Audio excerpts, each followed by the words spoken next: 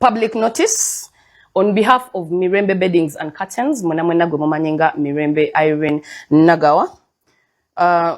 Ntwala okwebaza kwaffe to all our esteemed customers. Nti mwebale kumusupportinga era mweyongere kumusupportinga. Business still ongoing bulungi nnyo era mwena abamwetaaga mumukubire ku masimu ge kwali and very available. Ate mu mbeera y'emu ntwala okwetonda kwaffe mwena abali inconvenienced. Mwebyo ebiri mu kugenda maaso ku social media, the videos, the audios, everything byonna mubimanyi. Tusaba okubetondera mwena abafaani abayisiddwa obubi abayinza okuba nga muwulira bubi mu mbeera eno.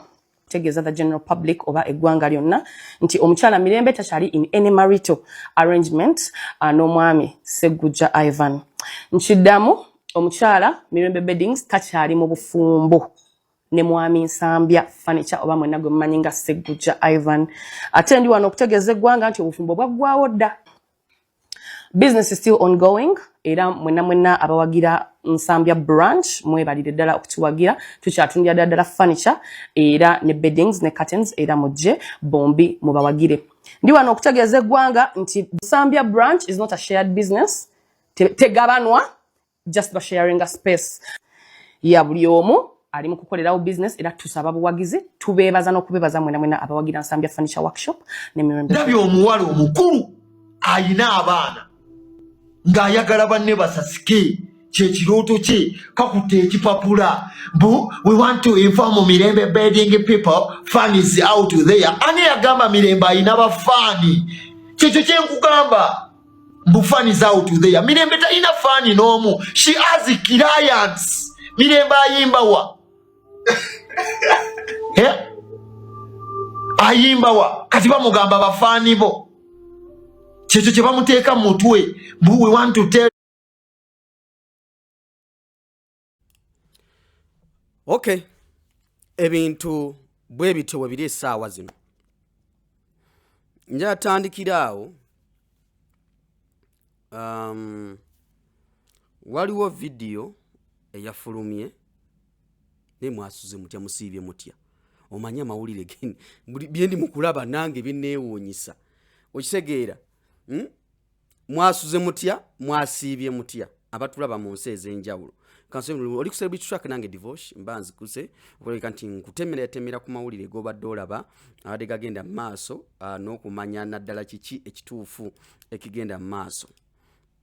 Mu kusooka tutandise ne mwana muwala Gloria Kebirungi oyo gwolaba ku screen awo ng'atusomera yabadde asoma bulletin ey'amawulire. Natusomera mu bulletin style, natusomera ne mu announcement style. Okitegeera nti Mirembe Bedding ne Nsambya furniture kuba ekiwandiiko ekirango kyabadde asoma byabadde akisoma on behalf of Mirembe Bedding. That is Irene Mirembe. Abanji bayimanyi nga Mirembe Beddings and Curtains. Yaze natusomera ekiwandiiko oyo omuwala y'omu ku mikwano gya Mirembe ng'ogyeko oli omuwala oli atunda eby'amasannyalaze bamuyita ni happy home. Ekyo kiwandiiko kyadde atusomera awo kitulaga nti Mirembe n'Ensambya baayawukana dda. Ayina ke yasomye n'agamba nti obufumbo tebukyaliwo. Ekyo sirina we nali nkirabye. Oli najja n'alangirira n'ayogerera mu bantu abalala. Genda otegeeza abantu nti obufumbo tebukyaliwo. Najibu kwata otegeeza abantu nti obufumbo tebukyaliwo. Oba okitegeera? Najja n'asoma ekiwandiiko mu ngeri eyo. Ekisookera ddala waliwo ebigambo bya Miki byenzizizzaako awo. Miki ng'agamba yatunuulidde omuwala omukulu akutte ekiwandiiko asoma n'essanyu eringi ng'ategeeza abantu nti Mirembe Bedding ne bbaawe tebakyaliwo. Okitegeera ng'ategeeza abantu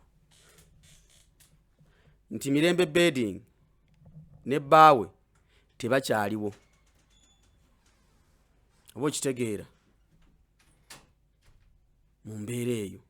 Oyo mwala muyita Gloria Kebirungi ali okwo ku TikTok. We twogerera essaawa zino Mirembe Bedding n'Ensambya, yes, okusinziira ku bigambo bya Nsambya byayogerako, alina live gye yakola ekiri ekyakeesezza olunaku lwa jjo, n'atutegeeza nti ye ne mukyala we bali fine, bali okay, tebanaba kwawukanako. Eyo yonna agenda byogera nga ekiwandiiko namutaayiika pakusimu eyo, ekiwandiiko namutaayiika musajja uyita mu kamera, ekiwandiiko namutaayiika kimaze okufuluma nga kiraga nti bana ababiri, ng'ekiwandiiko kimaze okufuluma nga kiraga nti bano ababiri tebakyaliwo. Era ekiwandiiko kino nja kuba nkikuteerayo ku screen awo naawe olabike nga weerolerako ku kiwandiiko kino. Ekiwandiiko kino njagala nkikutere ku screen ya olwo Nsambya agenda okufulumya okola live eyo. Yakola live ekiro kwolwo ng'ekiwandiiko kimaze okufuluma. Ngenda kuba nkikuteerayo ojja kuba okiraba.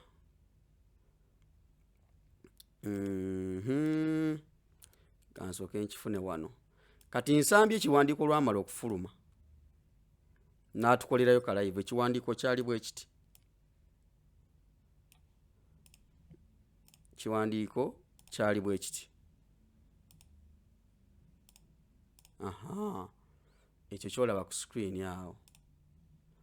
Ekiwandiiko ekyo kyali kigamba bwe kiti. Ekiriwa kyenjagala okulaba wano. Ekiwandiiko ekyo kyali kigamba bwe kiti. Public notice. Public notice nga 17 March bwe bakiwandiika, naye twakirabye ng'ennaku z'omwezi zabadde 22. Yes, 22 ekiro. Ekiwandiiko ekyo kyali kigamba bwe kiti. Public notice. Public ki? Notice. I, Mirembe Irene Nagawa, of Mirembe Beddings and Curtains, I wish to inform our valued clients, partners and followers, and the general public that I am no longer in a marital partnership with Ivan Segujja, abanji bamanyi nga Nsambya Furniture.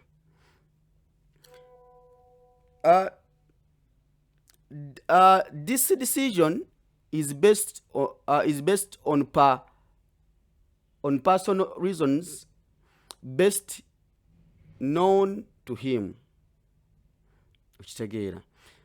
And I will not be discussing this matter in the media. Sigenda kwogera ku nsonga eno mu mawulire.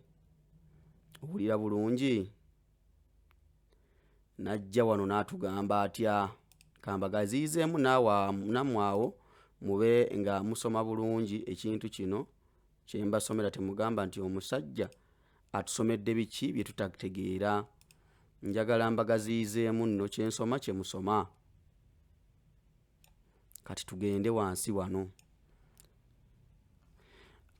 We recognize that we contribute to operate within a shared business environment at Nsambya branch, and we value transparency with our clients.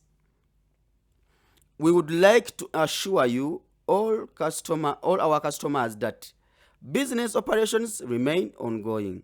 All services and commitments will continue as scheduled. There is no disruption. There is no disruption to customer orders, deliveries, or client engagement at this time. Kitegeera netukirira wansi. We kindly request our video yansambe njagala nembe nga njifuna wano mpola njibateereyo nga bwe nsoma ekiwandiiko kino. We kindly request our clients that the public and the public to remain calm, continue to offer their trust and support as we navigate this transition with respect and professionalism. Nagamba, thank you for your continued support and understanding.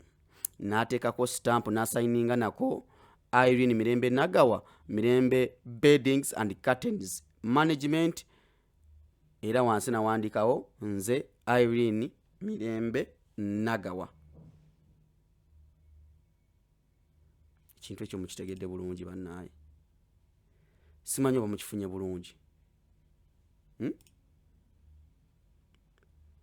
Mirembe bwe yamala okufulumya ekiwandiiko ekyo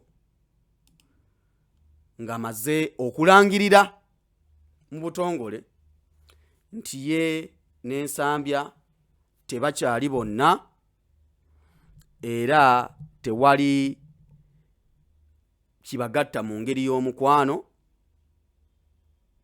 ng'olwo amaze okutubuulira n'atutegeeza nti weewaawo twandibanga twawukanye mu by'omukwano ne bizinensi zisigaddewo era emirimu gisigala gitambula bukwakku. Oba nfuna bulungi. Akutegeezezza nti emirimu gisigala bukwakku. Owulira. Amangu ddala nga Irene Nagawa Mirembe amaze okufulumya ekiwandiiko ekyo, waayitawo eddakiika essaawa ng'emu n'eddakiika nga 2 omukulu n'avaayo mu Kamooli Nsambya Furniture n'atutegeeza nti ye ne Mirembe mukyala we bakyali bonna. Owulira nti ye ne Mirembe mukyala we bakyali bonna era tebanabaawo kubaawo nteekateeka yonna nti bagenda kwawukana. Era waliwo abatambuza abaagala kibeerewo naye muswadde tekigenda kubeera nga bwe mukirowooza. Ebino bye bigambo bya Nsambya Furniture oba abangi gwe manyi nga Ivan Segujja yagamba bw'ati. Kigenda kubaawo era tekiribaawo. Tewali olunaku na lumu lwenzija kujja wano bagambe nti nze ne mukyala wange tufunye obutakkaanya ne butulema okusolovinga mwene ensi yonna ne twawukana. Tekiri era tekiribaawo. Mukyala wange mwagala nnyo. Tuyise mu bintu bingi ebisinga ne wano naye kino tujja kiyitamu. Okitegeera tukyasobola okumanya ebyagaano genda obulungi ne tubitereeza. Naye abantu abaspreading amawulire mulekeraawo. Audio nyingi, video nyingi, naye temuli kyange n'ekya. Mbiwulira buwulizi ng'omuntu abireese n'aleeta obujulizi n'aleeta obukakafu n'awanika kino n'awanika kiri. Mbiraba babinsindikira ku WhatsApp naye ndi wano okubajjukiza nti nze ne mukyala wange tetunaba kwekyawako.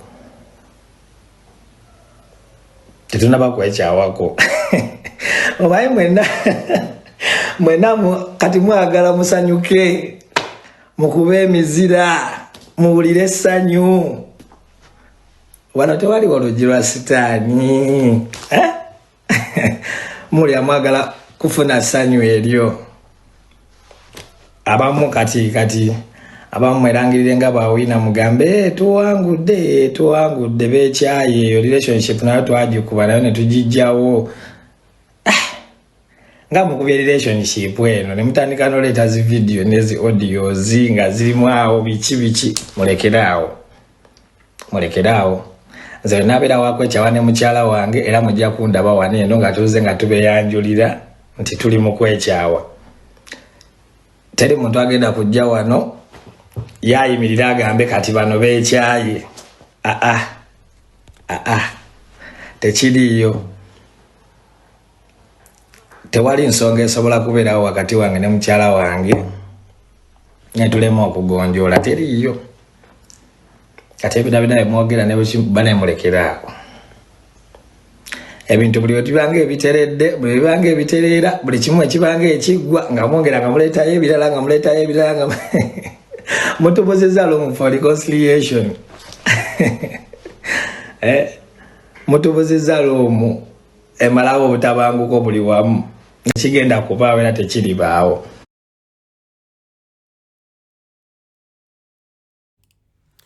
Ebyo bye bigambo bya Nsambya Furniture. Ebyowulidde ebigambo bya Ivan Segujja. Mukwogera kwa Ivan Segujja agamba waliwo audio ezifuluma agamba sizize.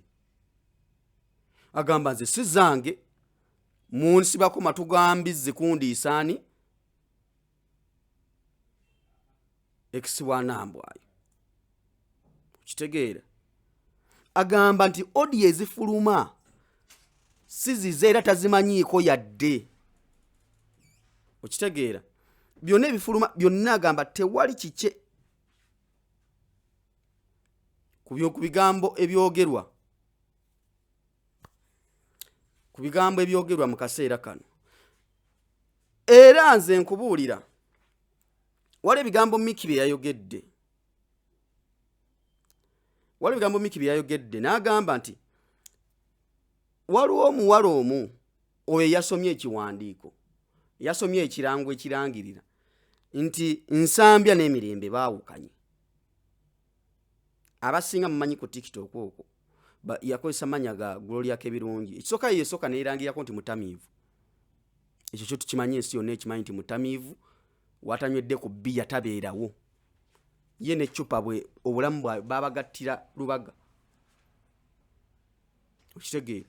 Ye n'eccupa nga onoga nti abagole babagasse ne batwala mu church. Koja kijaketi na waboda. So banaye kati njaganziremu mbawulizeeko ku bigambo bya Miki bino. Njagala obiwulirize bulungi okuva we bitandikira. Njagala nziremu mbazanyireko ku bigambo bya Miki bino. Mubiwulirize bulungi. Ulira wano.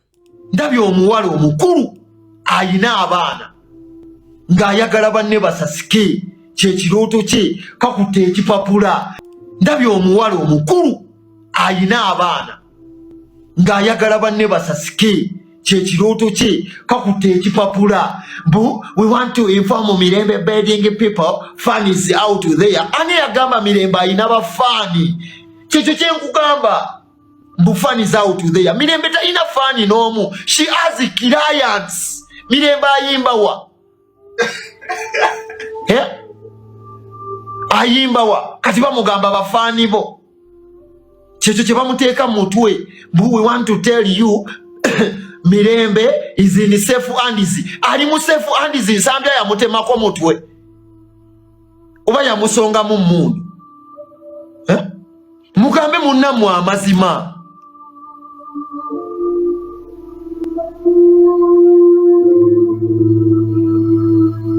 Mumugamba amazima munnammwe bumwagala busente bwe. You people are dependent. Simuli biku.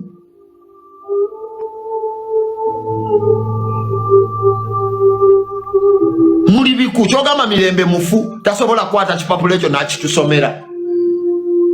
Yenna musanyufu will be telling you nga Mirembe ateredde aze mu right senses ze. Ekisobolo ne bannange. Niba ne mwabana mujje tuzanye comedy mumanyi. Amayazanye kintu. Just parasites man. Munamwe muvuga speed. Guno mwezi muleke munamwe akole video ze za business mumuleke agende ku site visit. Mumwesonyiwe nawe nyabo yinama ko yina abaana. Goyagala banno bazikiririre. Kyogamba onaasanyuka God forbid mirembe nga takyayina kiddako ng'akubira gwe essimu. Bumbadde nsaba ompe y'omutwalo otandika omusekerera. Mukale lino lyaveewo omusajja ne tuligamba. You should leave your friend. Temumwagala gwe mirembe tebakwagala. They don't. Wobo wakana senga toyina yadde ekikumi senga ani ali naawe. Bagala balina.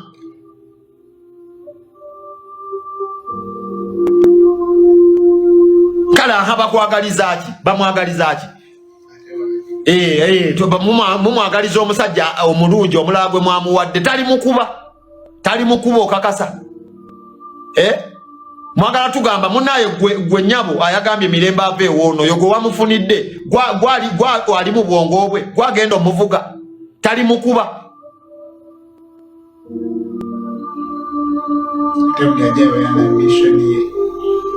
bana basajja balina ne mission zaabwe olumuta mwagala.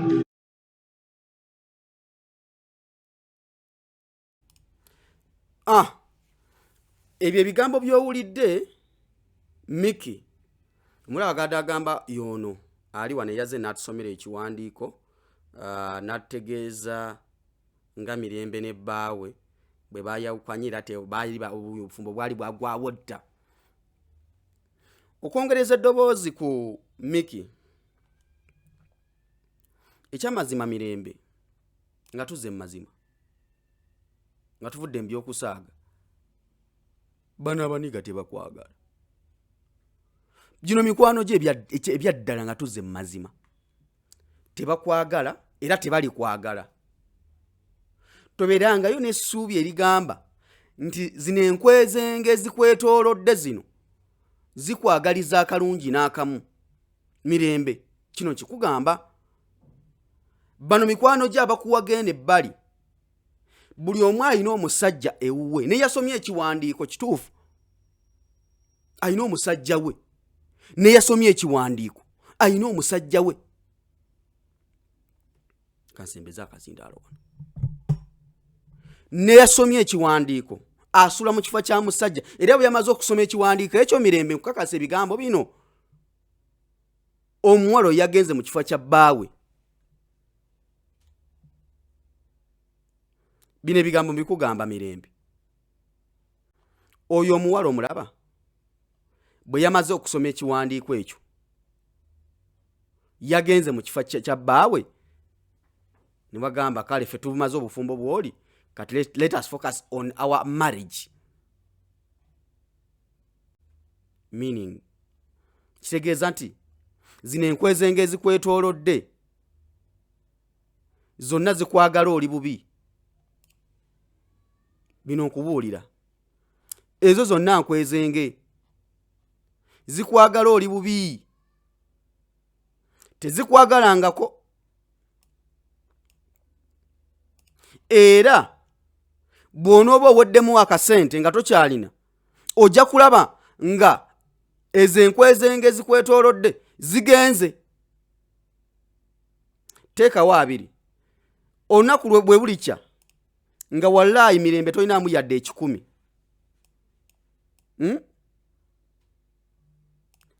Nga wallahi tolinamu yadde ekikumi tolina musajja akwagala lyessanyu lyabwe. Essanyu ly'abaana abali mu kukuwaga abakusomerako ku biwandiiko simanya wayawukanye ne bbaawo essanyu lyabwe kulaba nga mirembe tolina akwagala ng'ate tebbo bali mu bufumbo batebenkedde ne babba baabwe. Njagala obeere ng'okimanyi bano abakwetoolodde tewali yadde yali akwagaliza yadde. Nabo abefuula abakulwanirako entalo tewali yadde. Naawe ensambya mbino mbikubuulira. Bw'obanga olina abakulwanirako entalo essaawa zino nti bagenda ne bakulwanirako ku ntalo si mikwano gyo. Mikwano gyo girina okugamba tukakane tulabe kibuyaga ono tumuyiseemu tutya. Naye oli najja n'akola comment n'agamba I'm happy for you my sister. Webale kuwona omusota ogwo. Naye ng'eyo embwa ekugamba nti my sister wawonya omusota eri mu kifo kya musajja. Yeje ne typing negamba abasajja mbwa naye ekigambo kya typinze esimu agikutte bwati ng'ali mu kifo kya musajja. Era ng'abiwandika ne bbaawa alaba. Nze nake nalaba ka video. Oli n'awandiika nti abasajja mbwa ng'ali ne bbaawe naza wali essimu ne baddemu ne bibaka ne bbaawe. Ng'ali mbuliri naye. Ezo enkweze ngezi kwetoolodde. Ekisooka mubeerangirako nti batamiivu. Banywi ba wala banywi ba mwenge. Ekyo gifuula tya mikwano gyo. Mikwano gyo girina okugamba mu kaseera kano nti olaba mirembe nti bannange byonna bibaddewo omusajja tusooke tulabe kibuyaga ono agenda kutambula atya.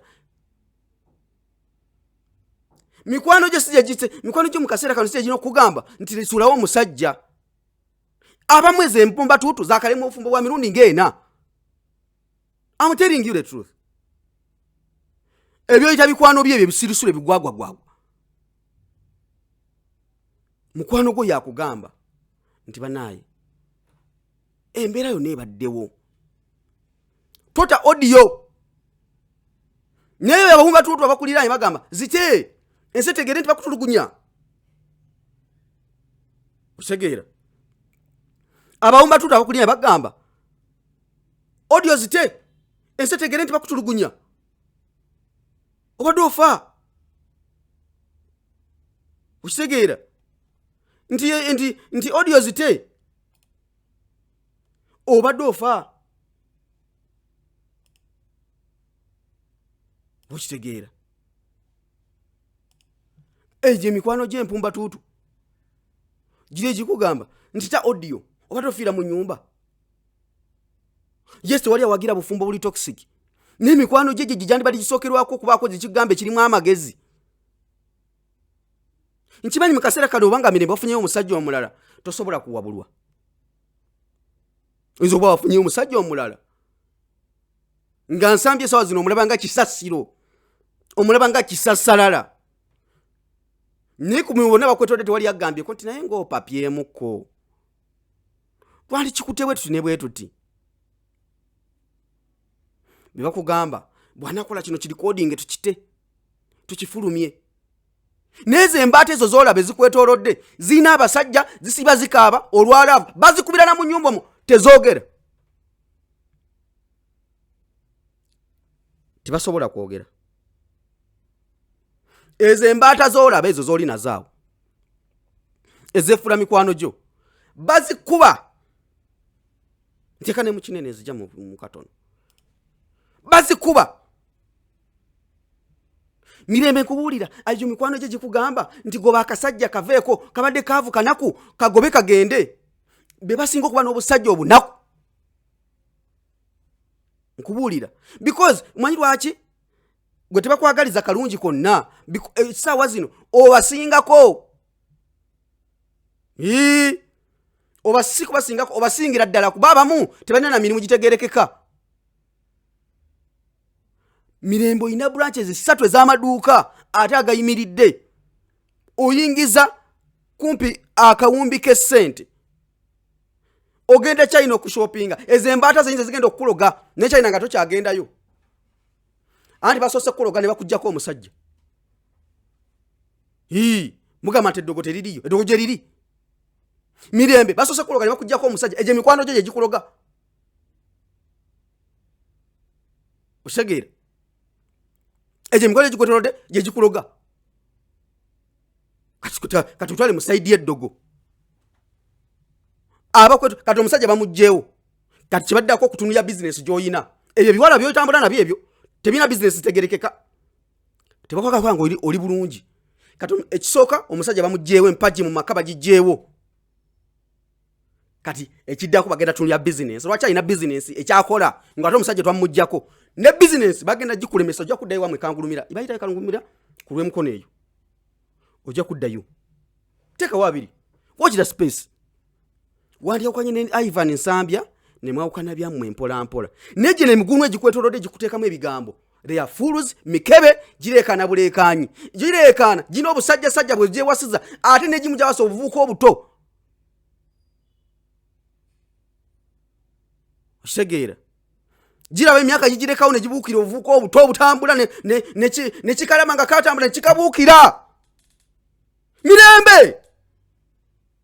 mirembe bino mbikubuulira weesonyirwe gye emiguunwa bw'onoogiwumulamu emyezi ng'ebiri ojja kulaba ensobiizo ne Ivan alabye ensobiize mujja kwetereeza kyovulaba mu ntalo luno saatuteko sayidi because ojja kutwala sayidi ebyabagala nambimanyi nze nali mbiyiseemukko osegeera mubaagalana bane mugende ku kigambo kino mubaagalana tosangayo kikyo nawe Ivan bwobanga olina abantu bootuma mbubajja bakudefending they are fools basiru Nsambya nawe boyina bootuma bajja bakudefending nabo basiru they are fools basiru tebategeera nze nkubuulira mwenna mwababiri mutuule wansi mumalirize ensonga zammwe Nsambya tewali nsonga ekozesa live kujja tukakasa nti mbannange nze n'omukyala wange tuli mu mbeera nnungi stop that nonsense kino kikugamba Nsambya nze sina saidi kumu babiri gumpagira tuula wansi Nsambya abantu batansogamba tuwadde mudinaayo era bw'otunulira vidiyo eyo wagikola waliwo abagambye abasoma eby'omunda ne bagamba oyo Nsambya engeri gy'alabikamu abadde ava kukaaba njagala nsooka nkuteereyo kwawo olabe oli n'agamba nti tunulira Nsambya omwetegereze nti engeri gy'alabikamu alinga aza okutukolera vidiyo eyo ng'alinga ava okukaaba kati bye biki ebyo tulimu bye biki ebyo ngenda gikuteerayo wano oli n'atugamba nti Nsambya engeri gy'atunulamu alinga ava okukaaba amaaso magazimbi olaba amaaso ga Nsambya evidiyo agikola ng'ekiwandiiko kyakafuluma oli n'atugamba nti omuntu ava okukaaba tabula nti Nsambya don't live in denial osegeera don't live in denial kera kumacha tula wansi ebino byonna bijjeewo toddamu tukola vidiyo kwa kasanti gwe ne mukyalawo gy'oli ate gwe mwenyini n'ogera mu vidiyo nono tugamba nti abantu bagenda balemesa okufuna room for reconciliation miringo mazo bategeeza nti n'omukyala taliyo yagenze yawe kwanye waliwo ekizibu ekigenda mu maaso wano badde tukakasa notugamba nze mukyala wange tulyoke toyogereza bintu bingi tokola vidiyo za kumukumu andi yo mirembe weesonyiwe gye emiguunwa egyo mikwano gyo egimu gyerusa egimu gyagwagwedde emberebere ziri eno wansi nza mu kinene nyombe nabo okitegeera mirembe weesonyiwe emiguunwa ebimu byakaddiwa dda mikwano gyo wotudde nawe biwunya n'ensu z'abakadde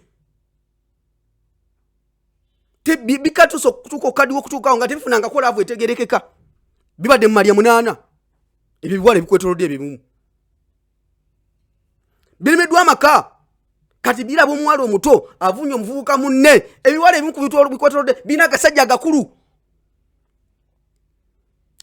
agakulu kati ekiwala kyebuuza ono yakola tekufuna omuvubuka omuto w'emyaka gye ate ne babeera successful ne bafuna ne sente ne bagaggawala owulidde gwejjeko emiguunwa ate bwanga nawe oliyo ekipika ng'olina gosetingira omusajja gogenda ofuna omusetinga omulaga nti gwayakwanye n'ensambya andi naawe ekikola kya bugwagwa kya busirusulu kya bugwagwa kya bugwenyufu Nsambya n'emirembe mutule wansi mwenga ababiri nze sina saidi tusakulya mukwano gwo mbwakuterese uwe onobye ewuwo nenga akuterese mu kisenge ky'abagenyi ne mu kisenge ekyekye n'omwami we basula begadanga goli eri mahati break eyo mu kisenge ky'abagenyi in fact wasuze n'abaana wasuze mu ddiro mu ntebe abamuti balina nyumba zimala ng'omenya ensula mu ntebe bakusibulako wasuze n'abaana booli mu kisenge ky'abaana ku ddeeka kukitegeera bo bamala okuggalirayo bwe bati mu kisenge ky'abagenyi ne mu kisenge ky'abaana nga badda mu kisenge kyabwe romansi zitandika begadanga nga gwoli eno mukazi wattu omusajja wamulese mu nyumba mansion entegera yamu enakula ddi oli nakusigula nakujja ewe mboloko bawa kusumbua akusuze ewe mu ntebe kala ne mu nyumba omwo mulimu omukazi mulimu omusajja mu nyumba omwo mulimu omusajja nga naye akimanyi eri mu kisenge ky'abaana wali omugenyi yasuzeeyo n'abaana mbu yanobedde mu maka g'oyo omusajja kale omwesembereza naawe omutute bwo bawo bwamulya olaba saako bwetambula kati bawo bwamulira awo things happen abawala babalya nnyo nga bali maati bureke ojja genda ojje ku dduuka oleke bawo waka mbabadde abudda mirembe amulye temanyi bino byemukola temubitegeera temubitegeera mirembe nawe nokkiriza oli nakutwala nakusuza mu kisenge ky'abaana mbuwano byewwo osule n'abaana bakulinyirire obwana busula bulogootana busula bwana wafukafuka kakulinyirire ekiro oba webase kakulinye mukamwa walese mansoni amakaago mbulese omusajja omulese mu nyumba bobono babasa wali omukyala gwe nagamba nze bwe mbano banobera kabalaza niyo mbono bwotya nogende woli nakutereka mu you are in a safe place bakubye mizairo safe place bakubye mizairo tell us bakubye mizairo gwoli okogambe nti nze gwolaba nagenze mu kifo ndi mu kifo ekiri safe bakuba mizairo zino ziri Irani bakulonchingako ballistic isima program rocket prepared grenade yakuba RPG bale tudde waka fune twine bizibu fedubera ko mu lusirika nuka kati wakanja kudda ekiro nnyo sanga bebase netova waka eje emigunwa gyobera najo mikwano gyo bagikuba buli kiro bagikuba walune sawa zina nonyo bumalika vuka kato inakuzino laba kesi kamwe samura nengamba red flag oyagala soke zistimba machine kupakala city akavuka kakali kamwe samura nga bali mu bantu nengamba red flag tumale zisimba kupakala city ndakavuka teka kuliko nete twachipika nnyo because twagala no ofuna kwagala nebera nebiwagawaga amba musajja mute muveko abasajja baleke abasajja ambwa nenga yagamba abasajja ambwa bamusabudde nokuwandikira ebyo bigambo ndi abasajja ambwa bamukubye ekiro tali kubulya nti bamukubye tali kyogera nti bamukubye bwaliva yina ayogera nti bankubye nze nga nkuwa sente mirembe bedding ne bawo nsambya mbabulira ebigambo bino muve ku bigambo by'abafere abafere ravu yababula ezembwe zibetolodde zonna mbwa nze nzitambwa dogs maguja tebalina kibakwagaliza kirungi era tebali kwagaliza tewali akwagaliza tebali kwagaliza tewali bali kwagaliza tebali kwagaliza n'olunaku n'olu abo bawambwa abakwetolodde misege noja nobane webamba mboze kusoma obufumbo bwabali bwaweddeko okutta ekipapula kyabadde nno bwekiti nga bwolaba ogupapula bweguti sebo aze mirembe bedding ne bawe bayawukanye ebufumbo buno bwali bwagwawo dda nabikula omukoguddako munnange twagala bategeeza nti bano bayawukana dda. Omunywa walagi ajabiko obufumbo bwammwe nti bwaweddewo. Omunywa walagi omutamiivu lujuuju ajabiko obufumbo bwammwe nti bwaweddewo. Lujuuju lukatamira jjobyo. Kwatira kono. Lujuuju katamira jjobyo. Lujuuju katamira jjobyo nga ajabiko obufumbo bwammwe najja n'abikula. Kati bwala banno business yo yasigaddewo. Okitegeera nti obufumbo bwaweddewo. N'abikula omukomulala nti kakati munnange olaba nti kakati bano baali bantu bayawukana dda tewali kibagatta. N'abega emimwa. Omutamiivu alangirira ati obufumbo buweddewo.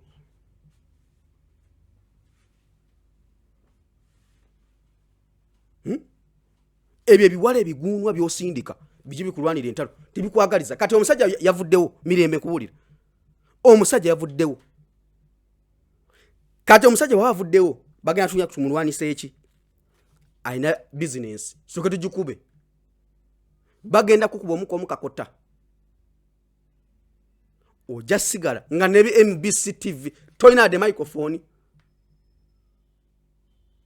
Obulira. Toina de microphone. Va ku miguunwa eje gikwetolodde Mirembe. Mirembe va ku miguunwa eje gikwagaliza. Omuntu akwagaliza mutule wansi yogera ne bbaawo. Omuntu akwagaliza tajja kukiriza kuva mu makaago. Yogera ne bbaawo. Muteese bannange twakowa toxic marriage. You are fool. Ebyo bikugamba nti simabako mbo mutafira mu toxic marriage. Abanyini ze mbizi zabitanga ze kuwulira Mirembe. Zabitanga nze tomanyi sikumanyi. Nze ne bawo n'okumusinga na Ivan twesanga wa pastor omushana. Simiryangako ku Mirembe bedding ne kateni wali ensambya fanicha. Si kyamangawo. Unachamba unalimpiti nalingende yo manju ngange na mukerezia. Kutegeera. Sisobola siyamirangawo sina lunaku nalinyimiridde kwawo era n'ensambya twesanga wa pastor Isaac Alwomushana ku Sunday ku church bwe twesanga gwe gwali kusoso omumitinga ko face to face. Kutegeera. Nemba kakase kintu kino. Nsambya va mawulire. Bwesonywa mawulire. Lwano lutalo lwo. Nebadda kuba kwene namba. Lwana lutalo lwo. Okitegeera ekintu ekyo. Lwana luyimbi bwo. Abakwetolode bonna bakuwagira buherere. Fe tujja kubeera kusaasira ensambya bannange wolololo. But in actual sense tuli mukusaasira. Nebo tunakumene tuogera biki. Ninga uchayina mukwa mukyala wonga ina Mikwano Gyo ejija ne gisomya kitabo. Bannange on behalf of Mirembe bedding and Katenizi obufumbo bwagwawo ddayo n'ensambya tebakyali bonna. A fool like that ajaba alangiri obufumbo bwamu. Mirembe tasobola kwesomera kiwandiiko ekyo. Yamuwaga nze kimpe olindoza yamugamba bannange ngenda gamba nti abantu ntwane twakwanye n'ensambya mpulya kyagala olina amugamba ngenda bikolera kubwerere era yabimukoledde kyamugambye egweze bimpe mbisome bagwo tosoba bisoma niwe kyamazo bisoma ne kigende wabba waakyo ne begaddange ekiro kiramba kyamuwadde side zonna kabuzi roast chicken fried coke ne kimwa simaya ne kimwa banging side ne kimwa zona style kyazimuwadde nga kyakama okusatula obufumbo bwamwe nga kirangiridde nti mutemu kyaliwo ne kidde wabba waakyo ne bebagadanga paka kumacha. Mukazi watu oli eyo mbo bakuyambako okwawukana ne bbaawo. Those are fools. Basiru. Ebyo bikazi bikwetolodde mbali sibyagalirako ddala. Sibyagalirako ddala ate ebina kyemizana kunkola ebyo bifala. Bikutira butize future. Obufumbo bweddewo. Bisanyufu. Nebikulaga nti bikulumirirwako. Bisanyufu. Byona biri mukubandere bolodolo. Mirembe. I'm telling you my sister. Tomanyi naye nze abenkima bibanzaala. Kitegeera. Abenkima kati bw'ovamu ebyo ebyekisiru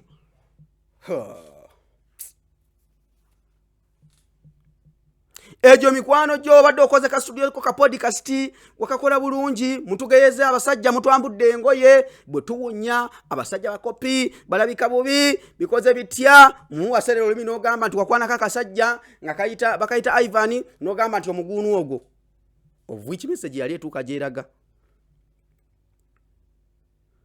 omugunu omusajja wamulangira ku seti esente muzikoze mukoze ebintu bingi mutase nokola ebitalina mugaso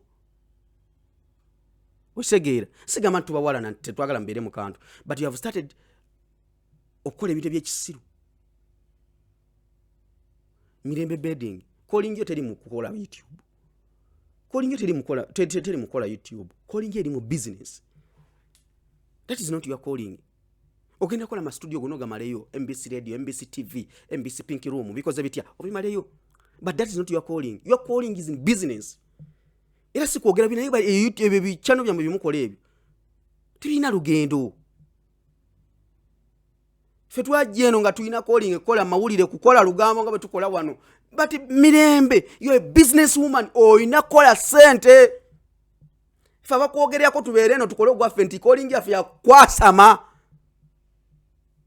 Neba nange mirembe otandise oyingiza ola byolese ebipinki room ebipinki room bisho MBC TV bibisinze okutta amakago tula wanso tunule mabiga ebanga lyo nanga tona kuchaza migunu ejo ku channel yo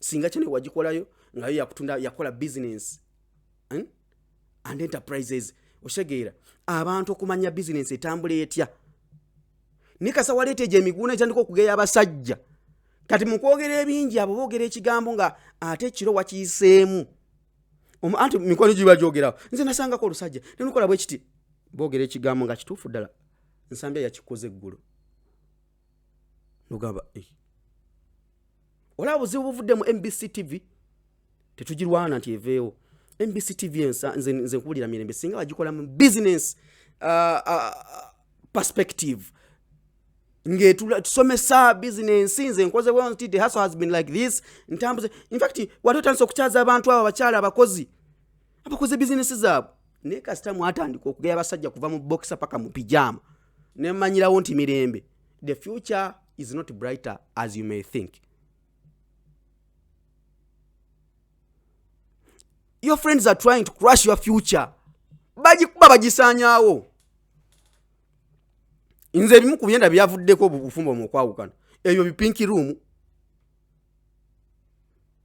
Pinki room abachara togera kubya basajja omukwano ajja kwogera ekigambo nga bawo yakikoze ggulo gambe bannange kulire bigambo byogedde nga binkwata ko ate bannange bane temukyogera ekyo banaye kyantuuseeko eggulo omusajja yankubye mutima wo kyogera tosa kibagamba naye mukati muva ku set off air ngo mugamba kimanyi kyogedde Ivan yansabudde eggulo nimbadde sola kyogera ku set pinki room naye evuddeko obuzibu Muchisanya uchipinki room chivewo. Sanya uchipinki room evewo. Gobeje miguno ebikaza ebikulu ebikadde ebyayika embugubugu amatama amabere bigobe. Kola chano yonga kola business zo. Abo tebakwagaliza, they don't love you. Baka kati umusajja bamujjewo. Business yeddako. Business. Dia tunuli dekati. Asigala tya mu business. Fe tutunda bulega, tebabugula. Tunda nikaza abakazi atula nawo mukazi billionaire agende China na shopping nikaza abakazi oli azigula ku Galilaya nazisubula naziletaawo a billionaire like mirembe bedding nutone baferi abatamivu nze nywa nairo nya club omwenge walaji. Stop that nonsense. Muve mu bintu byekisiru.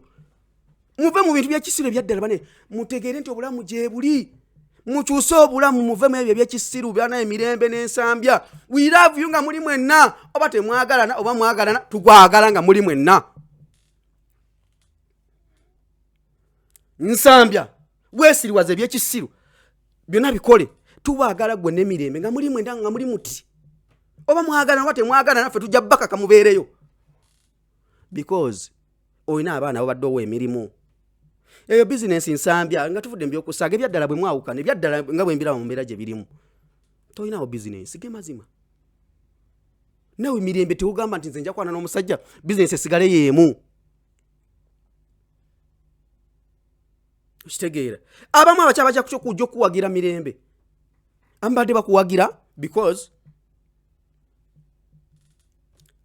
oyina omwami nga bagamba ntasobola tubbira basajja okitegeera ono ne bwe tudiringa ne najja mu maka gaffe alina bbaawe ensambya tukimanyi bajja tegeera nti osigadde oli singo bagamba gwe nnyabo ate abakazi bakuno basinga ssente bagala intiri omulungi mu maka gaabwe nga n'omukazi atalina musajja ono ajja kunzibira omusajja agende mbakateni abalala bawulira nti bo bafumbo gy'abaalaga oba kitegeera ajja genda mbakateni abalala bawulira nti bo bafumbo because ajja gamba embyawukana ne bbaawe kitegeeza kati ali singo kati bawanga ayinza omugwamu awo ng'aze kulambula nnyumba tukolera bintu bino n'agamba mukyalo ono bangamba ali singo bakisigezesa ndabe olaba emirimu bwe gigenda nti abakazi bakira nti abakazi tebajja kuddamu kuwagira bebagala otimbatimba ennyumba jangu opime wange leta kati ninga meka tajja kutwala wuwe oli singo tokyalina musajja bawanga akiwulireko nti tolina musajja hafa abasajja tukibuka muboze kulambula nyumba kuntera mu kateni munaku eziddako 2 olwo luba lwayiseemu dda so nkubulira mirembe tula wansi wekakkanye wegobeeko emiguunwa embatuutu toddamu kushayalinga bawanga bawa akoze kino n'okiweereza ab'amawulire yes because ffe kwe tulya abamu bakoze bizinesi ate n'ekirala mirembe abali mukulwanirako nawe ensambya bali mukulwanirako tebagala talo luyimirire ask me why kwe balya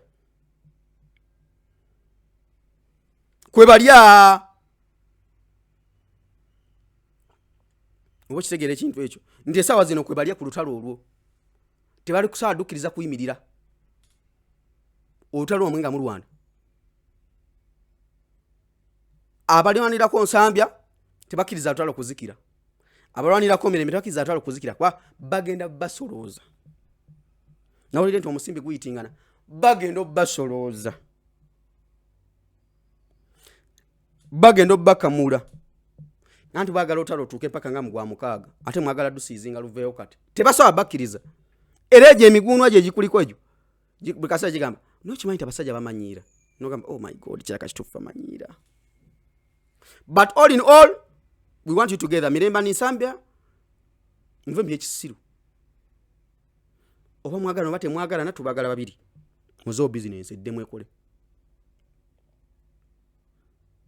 bigambo byange tina bigambo bingi awulira nga bimunyizizza deletinga WhatsApp deletinga TikTok mu simu yo oba YouTube ove ugende nife tukyaliwo tuli bakambwe munnyo n'okusinga gwe bolowooza okitegeera ekintu ekyo tuli bakambwe munnyo n'okusinga gwe bolowooza so kansoke mbagaliza olunaku olungi olunaku olwaleero se Tuesday kitegeera nikutegeeza nti ennaku z'omwezi 27 olwokutaano luno Pastor Isaac Lwomushana bannaye tuddayo tugenda kuddayo eyiganga yategese charity okudduukirira abakadde abali mu iganga n'abantu abatalina mwasirizi gwe ayina ekyokulya olina omuceere olina kawungo olina ebijanjaalo ebyenjawulo ku lwokutaano luno tugenda ffenna agakugenda naffe ffenna ejjinja nga tutambula n'omusumba Pastor Isaac Lwomushana tusimbula makindi wano wendi ku kitebe wano ekya Rock FM ne Buzz TV sawa 11 ez'okumakya transport mitwalo 3 ziweereze kati tukole enteekateeka nkubire essimu nga devotion nange njala kwegatta ku timu yagala okugenda enamba yange jola ku screen yawo gyoba okozesa onoonyeeko onga devotion njagala kugendako nammwe eyiganga ne Pastor Isaac Lwomushana jangu n'engoye ezaakulekawo oba ogunengoye enkadde engatto byonna ngenda tugenda kudduukirira abantu abali mu iganga kitegeera ekintu ekyo ku lwokutaano luno nga 27 twolekera iganga ne Pastor Isaac Lwomushana tudukirye abantu abo abakadde n'abatalina mwasirizi abaana abato mu mbeera gye balimu mitundu by'Iganga eyo mukimanyi Busoga sub-region eyo abantu ate bali bubi nnyo so gitusookedde tujja kuba nga tusembera mu bitundu eby'enjawulo enamba yange eri ku simu awo enamba yange esimu eri awo ku screen gyekwateko 0702 5593 72 nkubiraako nga minti devotion nteeka ku lugendo lwo olw'Iganga mbere bulungi Mukama bankuumire mbaagala nnyo.